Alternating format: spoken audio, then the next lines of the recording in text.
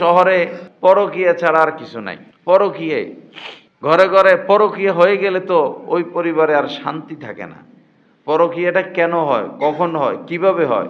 পর নারী পর পুরুষ সংস্পর্শের দ্বারা, পর নারী পর পুরুষ নির্জনে বা বা আপোষে কথাবার্তা, আপোষে অবস্থান থেকে পরকীয়া হয়। একজন মহিলা সে ঘরে সবসময় সেজেগুজে থাকতে পারে না। একজন পুরুষ সেও ঘরে স্বাভাবিক পোশাকে থাকে।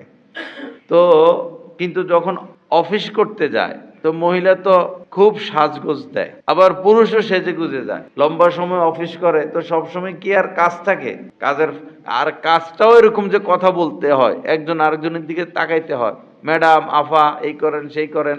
তো যখন কাজ থাকে না তখন বসে বসে গল্পই করে। ম্যানেজার সাহেব বা অফিসের প্রধান, কোম্পানির প্রধান, তার চা কফি ফাইল যে আনা নেওয়া করে, এই একদম একটা তরুণী মেয়ে রাখে তাকে, এবং দেখে শুনে সুন্দর রাখে। এখন যখন স্যারের কাজ নাই তো কি করব, মেয়েটার সাথে বসে বসে গল্প করে।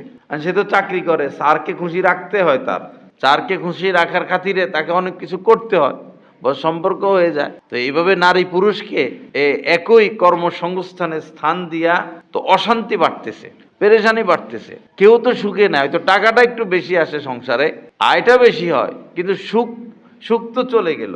মহিলার নজর বিন পুরুষ, পুরুষের নজর বিন মহিলা।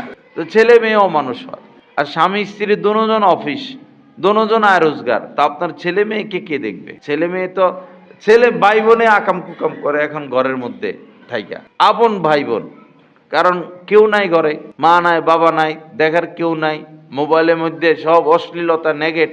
এই হচ্ছে এখন সমাজের অবস্থা। আল্লাহ হেফাজত করেন, সহি বুঝ দান করেন।